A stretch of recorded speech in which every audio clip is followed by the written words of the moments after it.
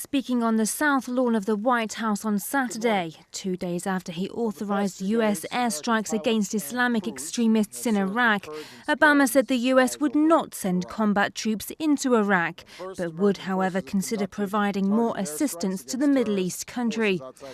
Obama admitted that a US troop presence would not have helped Iraq avoid the current situation in the country and would have risked more lives. He said the airstrikes against militants of the Islamic State of Iraq and the Levant, or ISIL, have succeeded in destroying arms and equipment that could have been used against the Kurdish capital of Erbil. The president said American aircraft are positioned to strike ISIL terrorists around the mountain to help forces in Iraq break the siege and rescue those who have been trapped there.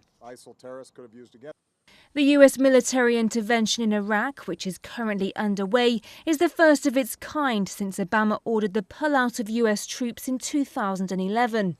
Daniel Serwer, a professor of conflict management at the Johns Hopkins School, believes Obama's move, although a little late, can still make a difference to overturn the tide. It can make a difference in limiting ISIS's ability to move forward, and in particular to attack Erbil. I think there it can make a real tactical difference, but it is a tactical difference. It's not going to determine the outcome.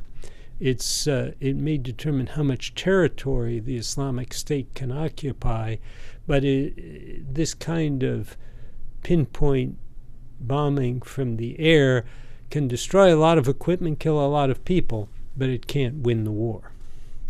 For local Iraqis, even with the return of US military assistance, expelling the extremists is not an easy job. We don't have enough weapons to fight against the extremists. If some of the insurgents are killed in US airstrikes, the ISIL will recruit new members. In some villages near Mosul, residents are still joining the group. The number has been increasing to tens of thousands.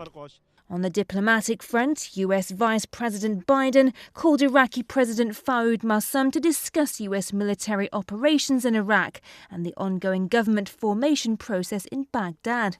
As the White House continues to push for reconciliation in Iraq, Serwer says it may result in a game-changer for the beleaguered Iraqi government led by Nouri al-Maliki.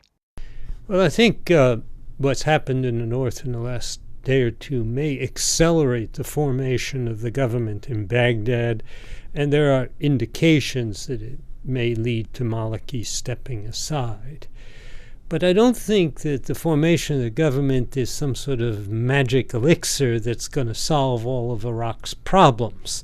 It's going to take some time to rebuild the Iraqi security forces and to get them up to snuff to push the Islamic State back. And in the meantime, we'll rely a great deal on the Kurds. And it's important to have a new government in order to bring the Kurds in and make sure that they're willing to take risks for Iraq. But I'm afraid we're in for a long haul here. This isn't anywhere near finished. The months-long conflict has threatened Iraq's survival as a unified state. Lawmakers worried that Obama will leave a divisive Iraq. US-based scholar Serwer says that Washington must press hard for a united Iraq, which will be favourable to the Middle East geopolitics. The Americans should continue to press for a united Iraq. Not because I think the Kurds don't have the right to their own state. They do. The problem is that the geopolitics is not favorable. This is CNC World, a new perspective.